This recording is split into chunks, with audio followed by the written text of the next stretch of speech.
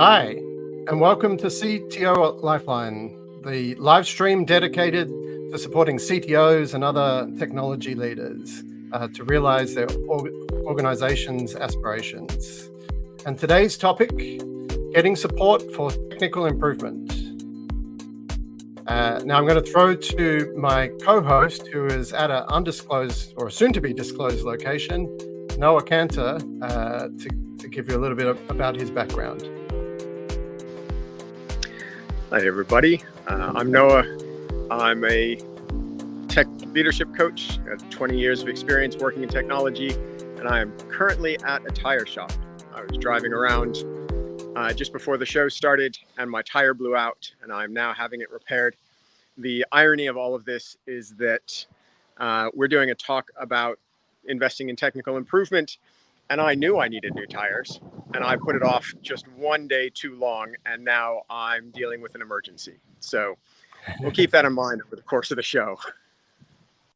Yeah, I likened it to, it's all, when you lose a tire, it's almost like you lost, one of the hosts on the cluster, but then you realize that the cluster was dependent on that particular host. The car is out of action. And I am Daniel Walters, so I'm also a CTO coach, and I was the ex-CTO and CIO for Seek Asia. Now, before we get into today's topic, we've got a little bit of housekeeping. So firstly, we accept questions throughout the entire live stream. So if you've got questions, feel free to ask them at any point in time, and we'll do our best to incorporate that into what we cover today. It is also, it's not our inaugural one, but it is our second episode, and we're still in that test and learn phase. So there is slightly more branding. There was a little video start. Some of these technical things may work really smoothly for us. Some of it may go a bit hinky. We'll see how we go. We're learning. We're also keen to hear your feedback. Any other housekeeping, Noah, that we need to cover? I think probably that we're just asked for grace while we get this figured out. All right, so let's jump into today's topic. So last episode, we had a question in the chat that we didn't get to, but we thought was deserving of a full episode. So Ilya asked us, he said he would love to hear more thoughts in the future on how to present technical debt in terms of business value to key stakeholders. And so we've interpreted that question as part of the broader topic of getting support for technical improvement, which is, I know as a coach, and also when I was CTO for various companies, that was a constant challenge and a skill that I needed to invest time in to get better at. And so I'm keen to share what I've learned across the journey. Noah, your thoughts on this topic? So I've had a fair amount of similar challenges trying to get tech debt addressed, whether it was as kind of a tech leader talking to executives or a consultant trying to get tech leaders who didn't quite understand the severity of the debt to actually embrace it and understand it and tackle it. So it's an issue that's near and dear to my heart, actually. Excellent. And what's your experience dealing with technical debt? So it's never easy. I think it's not something that has an obvious solution, and in many ways it seems to have obvious causes. Technical debt is often discussed as an approach as a technical problem, as something that, in fact, the very name implies that it's a technical problem. And it was defined in terms of technology being a technology issue when it was first articulated. But my experience is that it doesn't come from technology most of the time. Most of the time, it's a systemic issue. It's when you end up with technical debt in the system, it's because the debt shows up in technology, but that doesn't mean it belongs there. Like, that doesn't mean that it was created there. Yes, we make technology can take shortcuts. Technology can not have the skills to actually do a lot of the work. But almost all of that, when you look at it, gets traced back to policies that are created by the executive, by leadership, that then have unintended consequences. For example, pressure to deliver often results in corners being cut. It results in things not being tested properly. It results in not having the right staff in the right place at the right time. A focus on utilization, keeping people busy, means that the people who are critical for making progress and making good decisions are often not available when a decision has to be made. The decision gets made anyway because it has to happen. But to then lay the results of that decision solely at the feet of technology seems disingenuous to me. It seems to be looking for a place to lay blame rather than fix the underlying issue, which is almost always something that originates outside technology, and technology people have very little control over it in the end. And so I like to think about it more as organizational debt, or I've heard it referred to as systemic debt. I've talked about it in terms of it being an organizational mortgage. So you take out a loan against the assets that you have, and it accrues interest over time. And if you don't pay it back, then there are prices to pay later, much like the flat tire that I'm dealing with right now. Yes, one of the things that I've often talked to teams and clients about is the concept of paying as you go. So for that to work, it needs to be clear that the development team is responsible not only for the development, but also the enduring quality of the service as well. And if that's unclear, then that can lead to a disconnect between development, so developing features, and supporting the ongoing quality of the service. All right. So speaking of our live demonstration, Noah is about to be mobile. We're going to test the quality of the network. I won't ask you to mention the mobile provider, but this is pretty. We've only had one little brief outage. This is a pretty good advertisement for good connectivity. We'll see if it remains that way. Another way that I approach this issue is from the perspective of the customer experience. So, as Noah was talking about, the investments or push upstream that leads to, corners being cut or lack of investment or maintenance in certain areas can lead to effects on the customer experience. And so I like to look at, well, where are we falling short from the customer experience?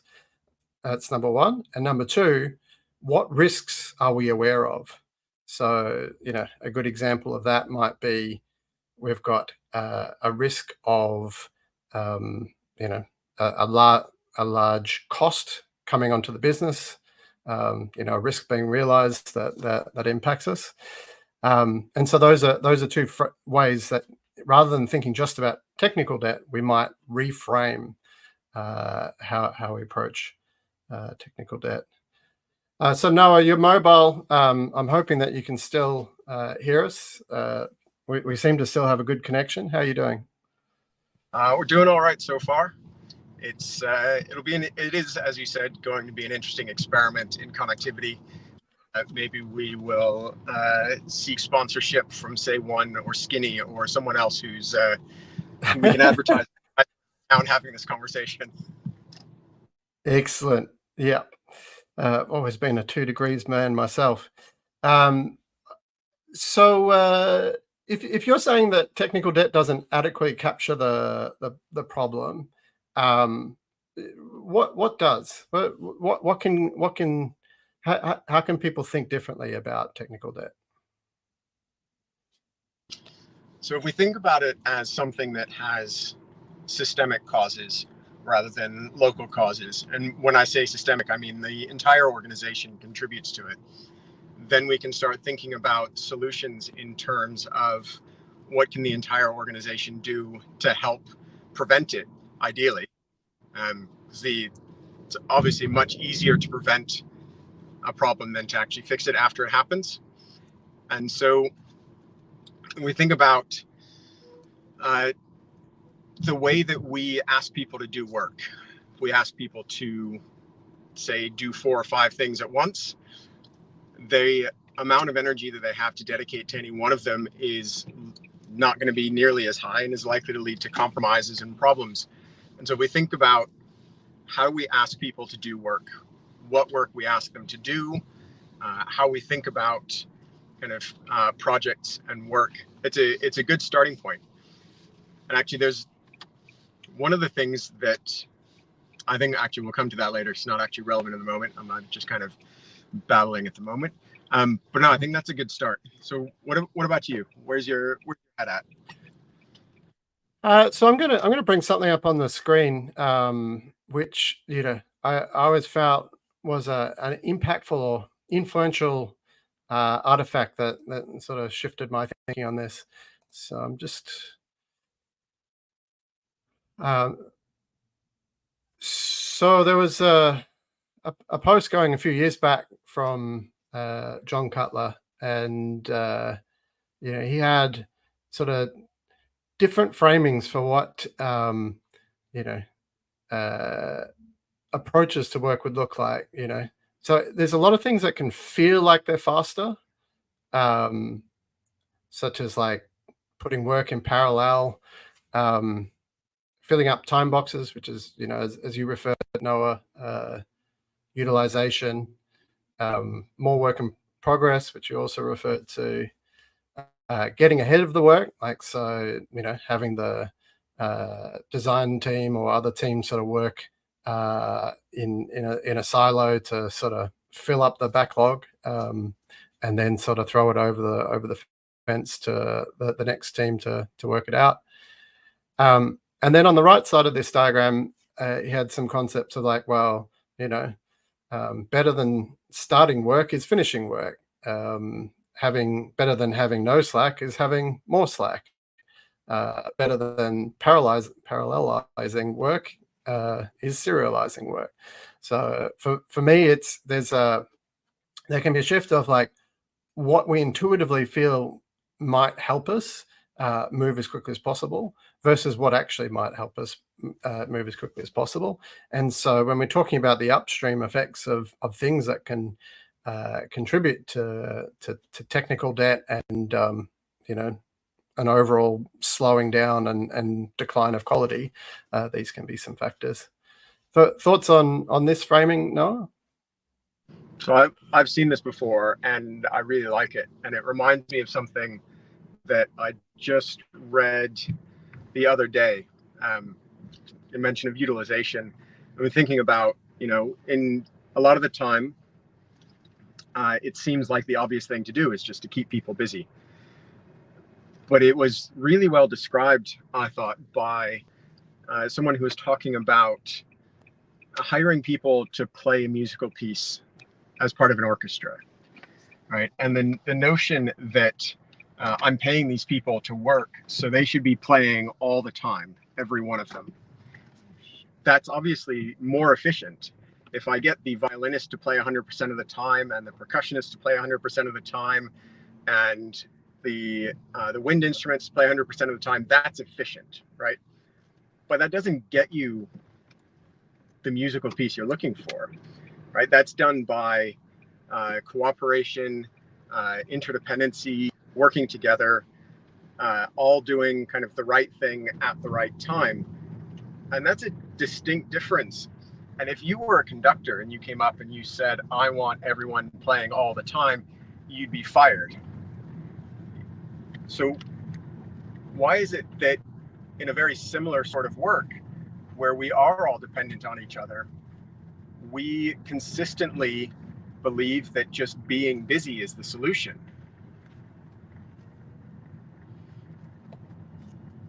Great point.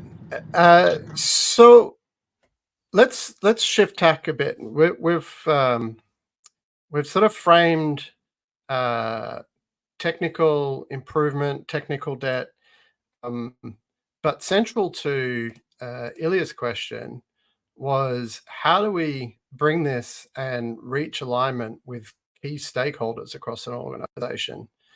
That's important not only to get support for investments, but it's also important because if we're taking to Noah's point that there is a systemic cause for technical debt and the customer experience issues that we're describing, then a successful partnership with your stakeholders across the organization, that is like everyone being in the same boat, is critical. So Noah, what are some of your strategies for engaging with the stakeholders across the organization?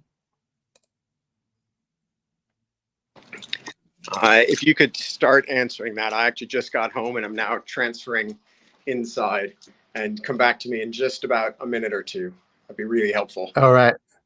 Okay. And you're okay with that being in the background, or do you want me to take you off the stage for a brief while? No, I'm good. Okay, excellent. So let me talk about some of my recent experience. So I'm a CTO coach. I'm working with quite a number of CTOs, working in organizations in different sectors, of different company sizes, and some version of this challenge is being faced by all of them.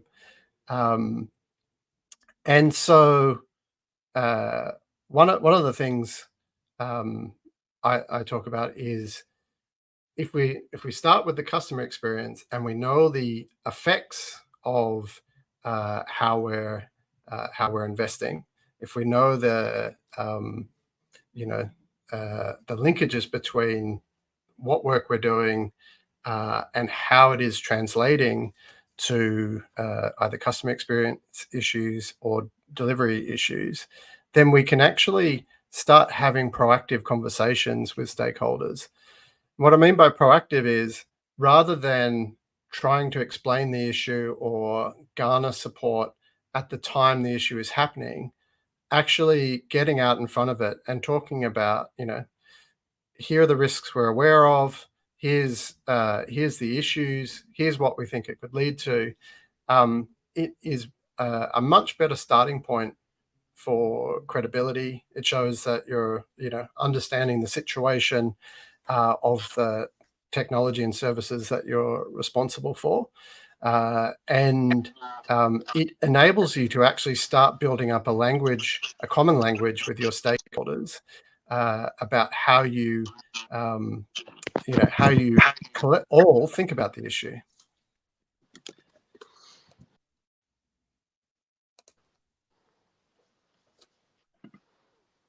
So we will come and do a bit more of a deeper dive later in the chat around communication. I can just see a couple of comments in the chat, so I might call those out whilst I'm waiting for Noah to come back online. So Richard Paris says, I like the orchestra analogy. So yeah, and we presented about utilization and that we present around utilization and busy work. Mark Simpson says, no one feels obliged to watch Netflix 24 hours a day to get the maximum utilization from their $20.99 a month. Yeah, exactly right. So just all right. All right, I'm Is back. this we got you on your desktop? Excellent. Yeah, I appreciate the patience. Now, just a reminder, if you've got any questions or want us to go deeper into particular areas, we will answer and incorporate any of your questions directly into our discussion.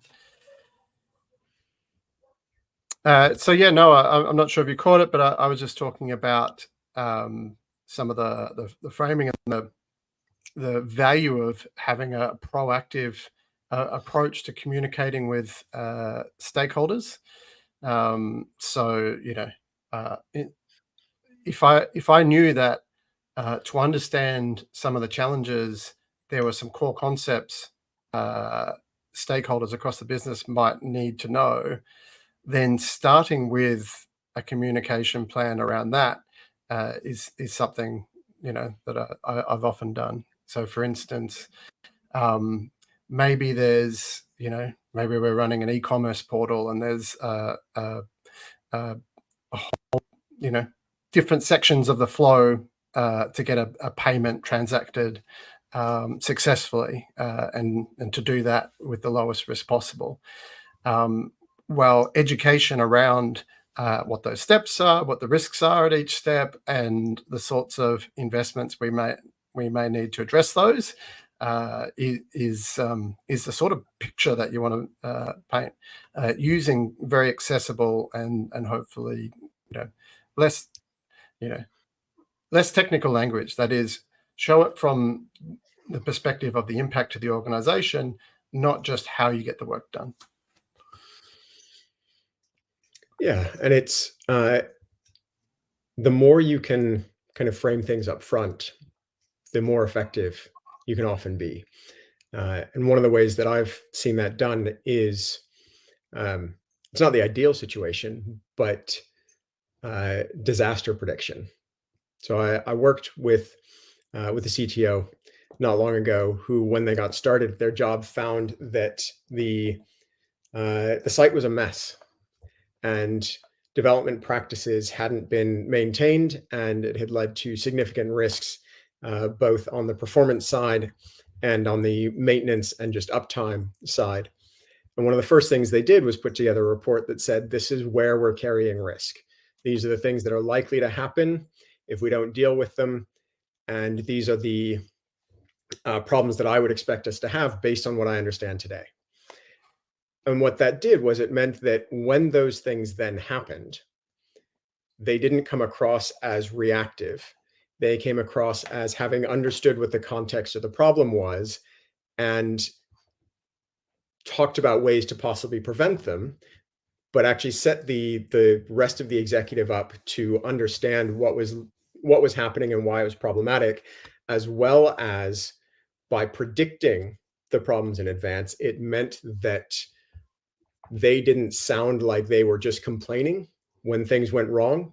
It sounded like, if we invest in these areas, we can stop these things happening again. And just by being there first, it creates quite a lot of credibility if things actually do go wrong in the way that you've predicted they do, or they will.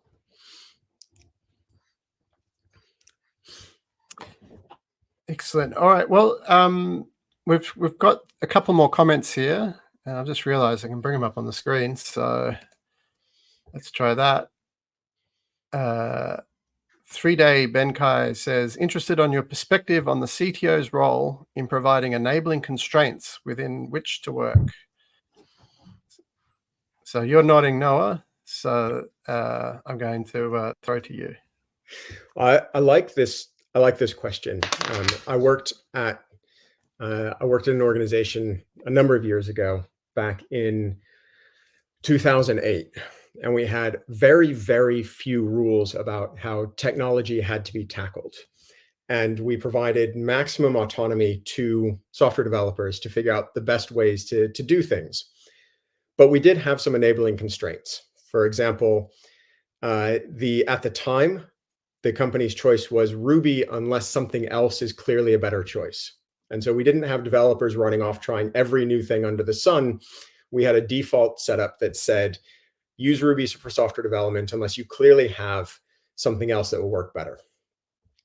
We also had another constraint, which was you can do anything you want in any language you want, but you can't release it to production unless other people know how it works and can provide support for it. And when you combine those two things, we had some really interesting behavior. And one of my favorites was one weekend, not long after Node started getting popular, probably around 2009, 2010.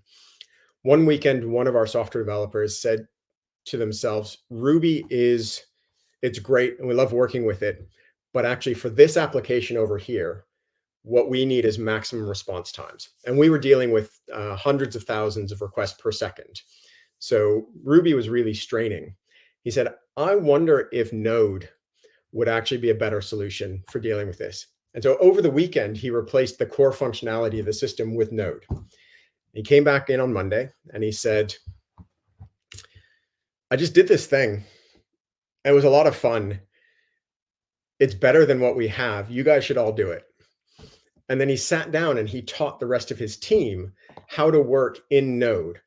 And essentially, because of the work that he did over the weekend and the constraints we had and the problem we had, the entire team shifted their work on that particular project to be working in Node. And it essentially, we were working in the cloud at the time. It essentially dropped our bill in AWS by about 30% because we needed significantly fewer servers in order to perform the same functionality. And the whole team got to play with the new technology they'd all wanted to, but hadn't been able to justify. And so just thinking about that in terms of what's good for the business, what's good for people, what's going to allow people to try things and grow and develop without putting artificial constraints on them. And I think that was a really fun example of actually seeing enabling constraints in action. And I've kind of aspired to achieve similar things in other places I've worked, but that's still my favorite story about it. And it's been like 15 years, I think, since it happened. What about you, Danny? Have you got some experiences? I've got examples which I've seen which don't work in my experience. So one pattern that I've seen is as the language of technical debt starts to take root in the organization, the response to it might be putting an allocation. It's like, hey, every week or every fortnight, we're going to do 15% of time for paying down technical debt, which sounds brilliant. Like, hey, we've named it, we've identified it, we weren't dealing with it earlier. And so now there's this very generous allocation of 15% to work on it. But having worked with many teams and in organizations where I was responsible for 20 plus teams, that approach, while well-intentioned, has rarely, if ever, worked. Like it can start positively. Hey, we knocked off a little bit of the technical debt. But the reality is the amount of technical debt that you have to solve may justify 5% of your time or 100% of your time. It really depends on the context of like, what's the effect of that? There's been times when the risks in an organization and their management of systems were getting so great that we stopped the line. That was no new feature development. Now this is a good lever for CTOs when the situation justifies it, because it signals that there are serious risks, and we're thinking very seriously about it. And sometimes that investment to get back to healthy, so that you have the right to start adding new value, the risk to present value has been reduced enough. So that's an example of that may have been intended as an enabling constraint, but the reality is it's not a great approach to to addressing technical debt? I like the framing. So if you're going to use the term technical debt, the framing that Mick Kirsten uses in Project to Product, I find really helpful. He talks about technical debt is the stuff that gets in the way of being able to deliver value. Technical debt Mhm. isn't everything that's had a subpar implementation. It's not the stuff that's now out of date. Like there's a whole bunch of stuff that could potentially be technical debt, but if you frame it in terms of what the stuff that gets in the way of delivering value, then it becomes much easier to then justify resolving it.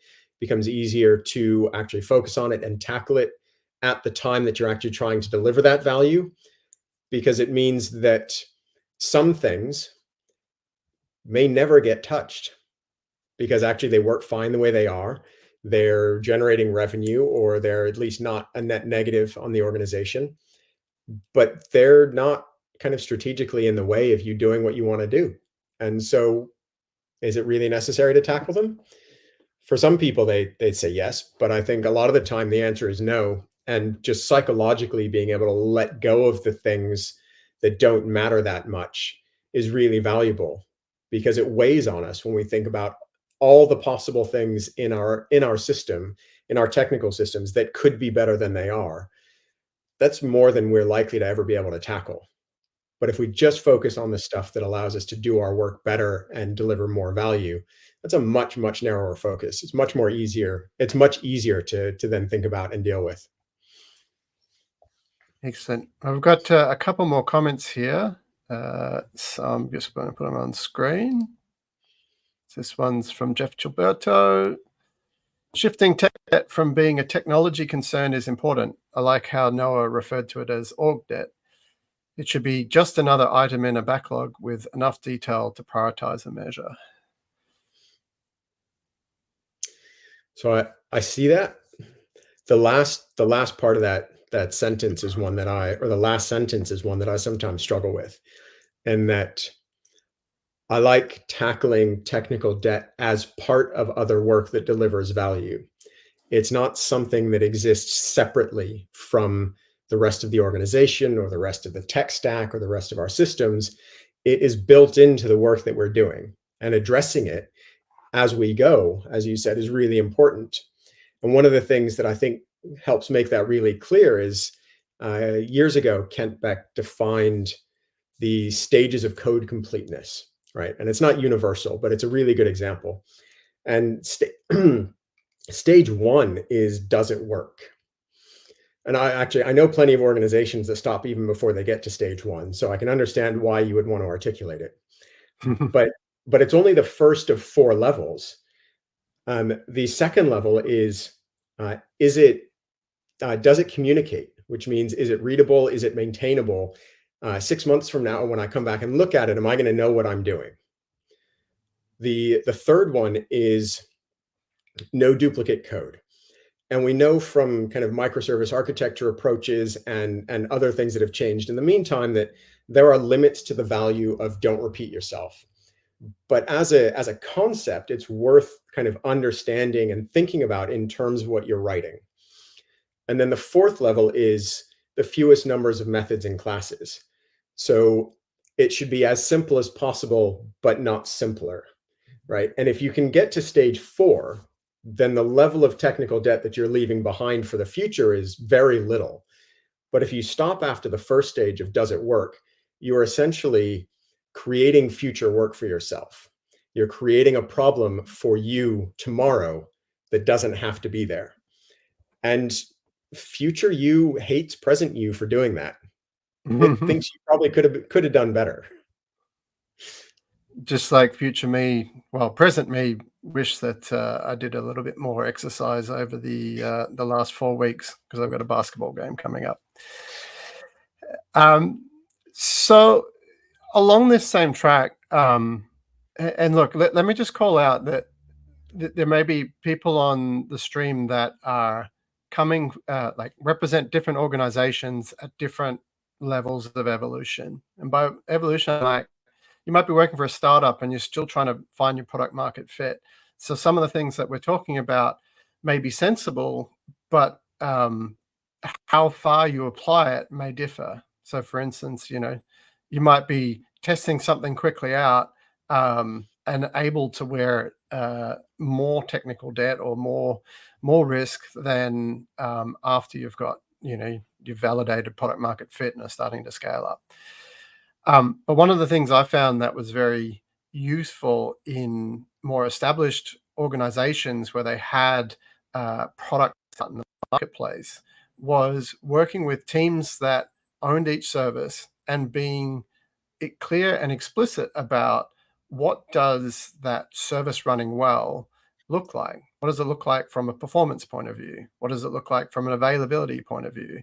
What are the key jobs to be done? What is security standards that we're complying with? What is the, across all those different risk dimensions, what is appetite? What does healthy look like and what does unhealthy look like?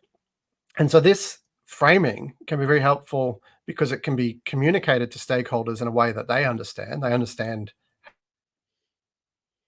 how they consume. They understand good might look like that way.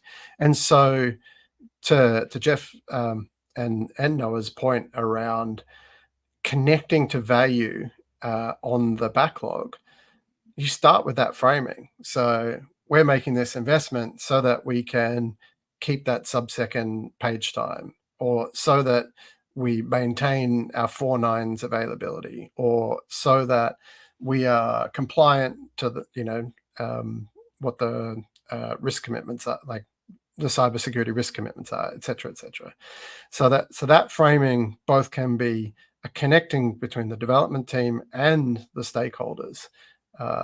And it's also why I'm pretty conflicted with Mick Kirsten's book. It's a great book. It's got so much good content, but it only had a page and a half on value. And that's my criticism of an otherwise very good book. We have one other comment here. I'll pull that up whilst you're talking, Noah. Well, I'm working with a startup at the moment, and it was started by 2 non-technical founders, and they didn't have any money and they didn't have any tech knowledge. And so they reached out to their community, which didn't involve any technologists. And they said, do any of you know developers who are interested in working on a startup project? And so they got somebody involved, and they went out and they got a number of junior developers from a university to help them kind of build the first version of the product. And when I first met them, those decisions had been made and they were kind of on their way. And I sat down with them and I said, this is fine. If you don't have any money and you want to get to this point, this is fine, but you should be aware that you are likely to have to throw away everything that they write, because they'll do their best. And there's nothing wrong with the work that they're doing if you understand the level that they're at. But as a non-technical founder, they have no way to assess the capabilities of the people that they bring on board. They have no way to figure out whether or not the people that they are trusting to do technology work are actually capable of doing good technology work. And so I think it makes a really good illustration of kind of the technical debt that gets created by business decisions, even if the debt then shows up in the technology space. Right? They're great guys. They're really smart. They're really thoughtful, but they don't have the expertise to do this work. And so they need some help to figure it out. Luckily, with these guys, they knew that was something that they were missing. And so they weren't shy about accepting help and recognizing that, sure, we'll have to throw it all away if that's what you say we're going to have to do, and moving from there. But there are lots of organizations where they're not prepared for that. And they work with a proof of concept and they get kind of a very basic proof of concept running, and then they just build on that forever and never think about kind of what debt went into that. The stuff that you're asking about, what are the really rapid decisions we had to make? What are the really rapid tests we had to do where we had to compromise in order to find product market fit, and then understand that there are consequences for making those decisions down the road. And that, if we can't face that, then it comes back to bite us later. And often we don't know why. And we just think our developers are incompetent. They built the system with all this debt and all these problems. What's wrong with them? And it turns out it's business decisions we make along the way. Relating to some of the investments, Richard Paris says, I would think a big issue would be difficulty getting budget for addressing org debt. Whose budget should that come out of? Which is, I think, a great and true comment. It is. It's a really interesting comment, I think, because when we're thinking about debt, when we think about marketing, making poor decisions, who pays the price for that? What's the organization that pays the price for it? We think about sales making poor decisions. The organization pays the price for that. We think about finance making poor decisions. Again, it's the organization that pays for it. But if technology is seen to make bad decisions, you expect it to come out of the technology budget to fix it. The truth is, technology is an organizational enabler. It makes the organization go. In a lot of cases, without technology nowadays, you don't actually have a functioning organization. So you just make it part of the work, fund the teams over the long term, let them make the decisions that they actually need to make in order to do good work and continue delivering value, and worry a bit less about the individual budgets and just a bit more about ongoing delivery of value. And I think a lot of those decisions then start to be resolved. Yeah, how I approached it as CTO was working really closely with the CFO as well. So we actually started to rework and recategorize some of the budgets. Couldn't do it all at once. We chipped away at it, made a few changes year on year, so it would continue to make things easier. So that included broader categories that more closely mapped to areas of value, so that costs such as marketing was doing some activities, but the costs for the technology they used was accounted for separately, could be addressed. Hiring more employees, but then accounting for the computers they use completely separately, so that you could have a disconnect between, all right, well, we're going to hire in this number of people, but they've all got to have really crappy machines because that's all we can afford over in this budget category over here, and starting to rejoin those connections between value and the technical investment.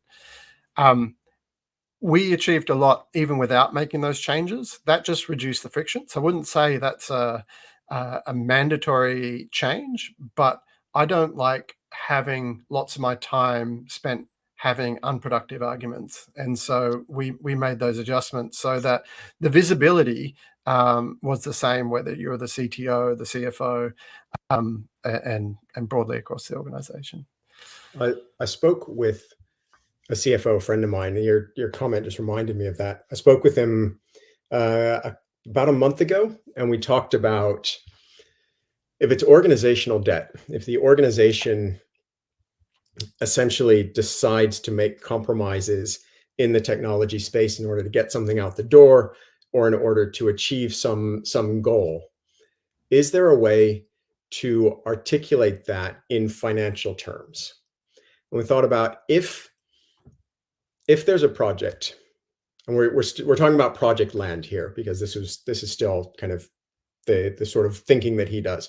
But if there's a project that's, say, estimated by the team to take 6 months to get done, and it says, and as far as it's concerned, 6 months will get it done right, and the company comes back and says, we want it done in 4 months, which is, I think, a very familiar situation for a lot of us. Rather than say yes and then have technology wear the 2 months worth of problems that come at the end, think of that as a loan.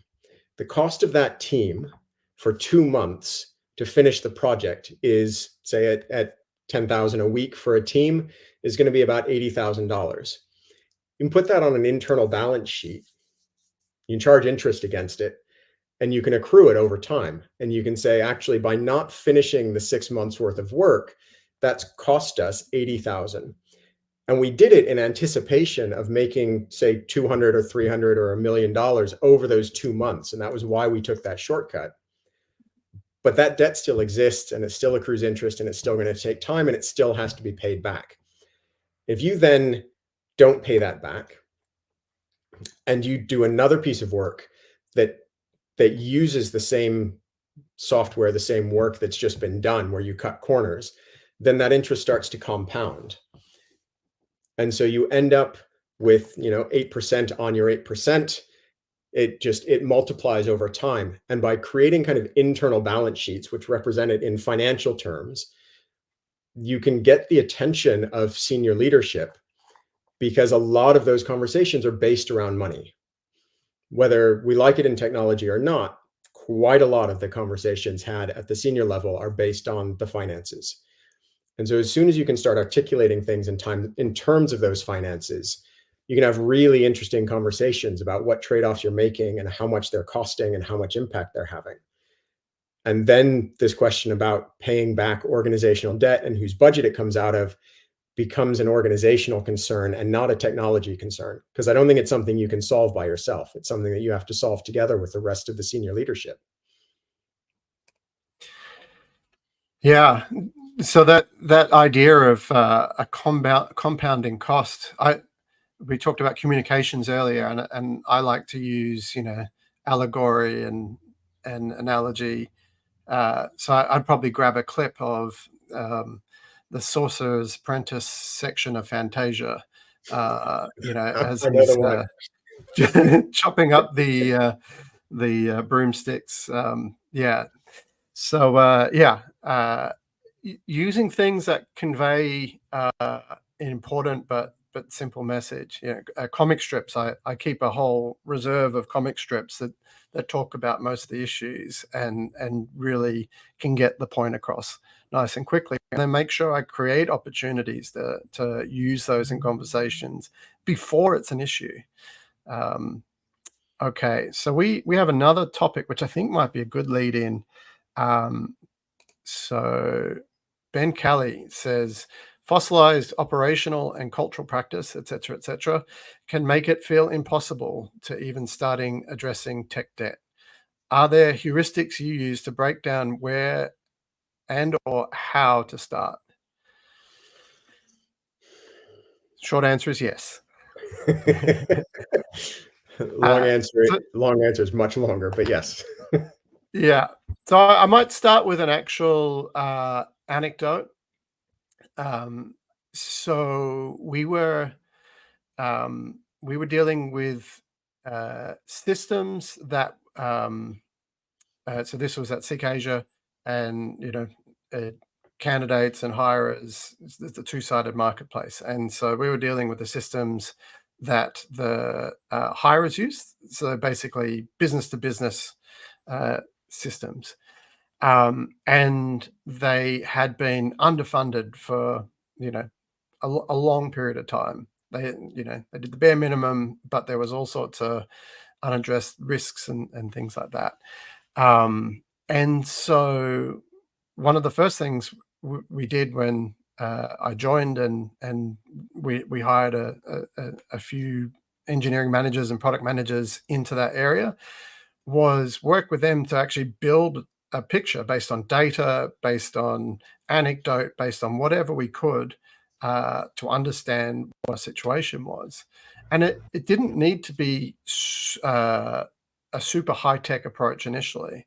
So for instance, we didn't have data on how much, what the availability was. So we went through the service desk data and just counted up. Okay, every time there was a report of an outage and things like that, just put it in a spreadsheet, count it up manually. So that was at least a starting point to understand. And we worked out, we were offline, close to offline for about 16 days over the course of the previous financial year. And so by getting that data point, went, okay, well, we've got some framing, and then starting to drill down of which components were out, which pieces were offline, what did that impact, what jobs to be done, did that prevent? And then we could start to build up a picture of like, well, how valuable was that for a business, and therefore where would we start? Noah, do you have a similar example or a different answer to Ben's question? So one of them, I think I quite like your talk about kind of where the problems are happening. I like the notion of failure demand and value demand, where failure demand is defined as, well, let's start with value demand. It's much easier. Value demand is anything where a customer wants to give you money. They buy a product from you, they call you up, and they want to subscribe to your newsletter. They do something that you want them to do. Failure demand is what happens every time a customer interacts with your systems and fails to actually get the result they want. So if they couldn't sign up online and they have to call you, if you told them you'd get back to them in 24 hours and it's been 48 and you haven't gotten back and they call you, you fail to ship something on time and they cancel their order. Like, those are all examples of failure demand. And in some enterprises, it's upwards of 40% of the time that people spend is actually managing failure demand. But one of the ways that you can start kind of quantifying the debt and the problems you have is just to count it. How many interactions do you have with customers that are successful, value, service, and how many are failure? And just by quantifying it and starting to pay attention to it, you start getting an idea of the patterns of your failure demand. And that often guides you to where to put your attention first. And so that then makes it much easier to justify. You've got, 40% of your time is spent dealing with failure demand, and half of that is spent on your checkout process. Okay, you now have a really clear case to go in and fix the checkout process, make it more intuitive, rewrite it, make it less buggy. Whatever the problems are, you've got really clear justification for doing it. And so that's one way I like seeing it. There's another one, which is more of a story from my experience, a bit similar to yours, where I was working at Uswitch in the UK, again, years ago, before I moved to New Zealand. And they had an existing system. And the system was fine for 360 days out of the year. Uswitch was an energy switching website. And so people would come and they would compare their energy prices to what they were paying. And if they could get a better price, they would switch. And 4 days a year, 5 days a year, energy prices would be changed and announced. So British Gas, for example, would put their prices up. And when that happened, the website would get a massive hit and often wouldn't be able to cope with the demand. And so they ran a server farm that was designed to handle all of the demand that they got. But even when they had the whole thing running, it couldn't quite keep up. And the rest of the year, they were running this massive server farm at a loss, because they probably could have gotten by on a single server at that point. But they never knew when an announcement would come, so they had to keep the whole farm running all the time. So that became the reason that when we took them over, I was working for a company that bought Uswitch. When we took them over, we decided to rewrite it. And we started with, what's the single easiest thing to slice off from the existing system? And there were two of them. The first one was importing data from the energy suppliers. So the customer never actually sees it, but actually it's critically important. And if you can understand the complexities of all the different energy suppliers and every tariff that they have and all the different ways that it works, and you can articulate it and you can write a system that works better than the old one, then you can do the rest of the system without all that much difficulty. And so that was the first step. Pick the hardest thing that's discrete and do that first. And then once we did that, the next thing we did was we looked at, what's a piece of this that we can carve off?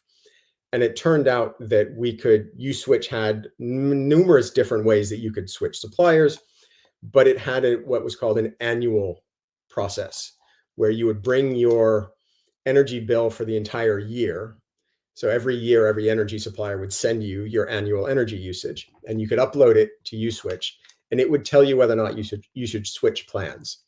And that was an incredibly small, discrete piece of work. And so when it came time to actually changing things, we started there. And then we looked at, okay, what's the next thing? Well, it turns out people like switching suppliers when they move house. They're going to need a new supplier at their new house. They might as well have a look around. So the next thing we did was we did a house moving supplier. And so just thinking about things and how can we carve off this functionality into little pieces that serve the customer in ways that they don't necessarily think about most of the time. In fact, we don't necessarily think about most of the time, but are discrete and isolated from everything else. If we can just do them one at a time, we can tackle the debt in a way that's manageable and proves whether or not what we're doing works. And so we just think about what's the smallest piece of work that you can do that will demonstrate value, and do that, and then do the next one, and just keep going from there. That really resonates, and some of the actions, in the example I was giving, that it led us to was to realize that the system would go down and take various components offline, and so we'd identified there were unnecessary dependencies, and so the smaller and more self-contained different parts of the journey, so they could be decoupled from each other, the higher the overall availability, because maybe the payments was offline, but all the other steps could be completed, and we could engage with the customers for payment later, etc. So yeah, that resonates. So we're coming up to the towards the end. Thought it might just flip through. So we talked about communication. We've talked about framing the issues with our stakeholders. We've talked about having a plan for engaging. I would use things like communication plan templates and things like that, and coach not just for me to use, but coach each of the teams to be able to use and plan their communications, so that everyone across technology and beyond we're becoming better communicators and communicating in accessible ways, and building that common understanding for where to invest. So we might now provide a wrap up and provide some takeaways, so that for CTOs and other tech leaders that are on this live stream, what's our summary of some of the key things we can do? So over to you, Noah. So I think we talked about this last time, but your job as a CTO is not just to be active or reactive. Your job is to think. It's to understand, and it's to spend time communicating and collaborating with others so that you understand the wider organization and how everything fits together. In terms of kind of technical improvement and debt, that means kind of the first step is about understanding it. So we want to consider where that debt's coming from. Maybe it's pressure from the rest of the business. Maybe it's sales selling things that don't actually exist. Maybe it's a magpie CEO moving from one idea to another and asking for lots of different things. Whatever the cause of the debt, it falls on you as a tech leader. And your job is to figure out how you relate the decisions that are being made to the impact that they're having. The next step we want to talk about is reframe the debt. So we stop talking about it as technical debt. It doesn't belong to you. It just shows up. You're a steward or a caretaker of the systems, and you're not separate from the rest of the organization. Like the organization as a whole. And so we talk about showing the connection between the decisions and the impact that they're having. When we talk about kind of taking a loan from the future, essentially, in order to get something out the door now and trial an idea now. We talk about like the various different ways that you can talk and frame debt as the result of business decisions or just as a part of operating the business. We can talk about preventing debt. So preventing, I mentioned earlier, preventing is actually significantly easier than curing. So you encourage the teams that you are responsible for taking control of when something is considered done. Right? Technology is one of the few areas where we say it's going to take X amount of time, and then non-specialists come in and tell us, actually, it's going to take less. And then we go away and we figure out how to do it. And so we think about things in terms of Kent Beck's code completeness, which I mentioned earlier. We can also stop talking about speed. When we talk about speed and we push speed and everyone else pushes speed, we end up compromising quality, which then increases our debt. If instead we focus on quality, we end up getting speed as a byproduct. And then So the other part, sorry, go ahead. Yeah, I'll continue. Yeah, so once you've started on that journey of tackling it, then there's how can you manage it ongoing? And so the way I would describe it is tracking it and adapting.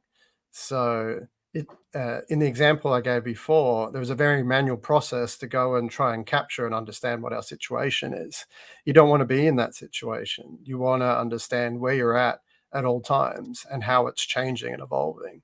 And so we haven't talked a lot about what we do at the technical team level, and I'm sure we'll cover that in another episode. But trying to get some of that observability and that link from what's happening from the implementation and from the running services, and linking that back to value is important. And what's also important is that you actually adapt to what you're seeing. So it's no good if you can have all this great data about the quality of your services, but then you're not using that to then make better ongoing decisions about where you invest. And then finally, as we've spent a bit of time talking today, intentionally and proactively communicating. So we are just about out of time. We had a very interesting start to the live stream, which demonstrated, some of the risk mitigation and pay-as-you-go strategies. I was going to say, where can we find you, Noah? The answer is can be by the side of the road. But seriously, do you want to share where we can find you online? You can find me at noahcantor.com. I write about a lot of what we talk about here, and so you've got a blog that's mentioned there. I've just recently been doing a series of conversations about imposter syndrome. So if that's something that's ever affected you, then feel free to drop by and pick up the free ebook I've put together and look at the blog post that I've written. And yeah, that's me. What about you, Daniel? Where can we find you? So you can find my blog over at this interesting URL. So the title of my blog is Great CTOs Focus on Outcomes. So I write a lot about outcome thinking and persistent models. So if you enjoyed some of the topics here, a lot of it will be relevant to that audience. So sign up. It's free. And yeah. So is there anything else we would like to share, Noah, before we sign off? And I have a new outro video just to match the intro video for when we're done. This is a topic that Daniel and I both really enjoy helping people with. So if this is something that you're struggling with, by all means, come by either of our websites and you can sign up for a free call. I'm currently offering a 1-hour free coaching call for anyone who'd like to come by. You can find it at noahcantor.com/promo. I've got about 10 slots for these calls at the moment. So come on by, take advantage of them, and I'll talk to you soon. Yeah, and you can also find a booking link on my site. Or you can just direct message me. So yeah, I'm always keen to chat about these topics, and yeah, we can book some time in, and hopefully I can provide you some advice to get you going, and help overcome your challenges. Well, that has been another episode of CTO Lifeline. We've been your hosts, Noah Cantor and Daniel Walters. So yeah, here's my experimental tagline. We're going to keep experimenting and testing and learning with it. So the thought I'll leave you with is set a direction, sense your situation, and take the next best step. Until next time.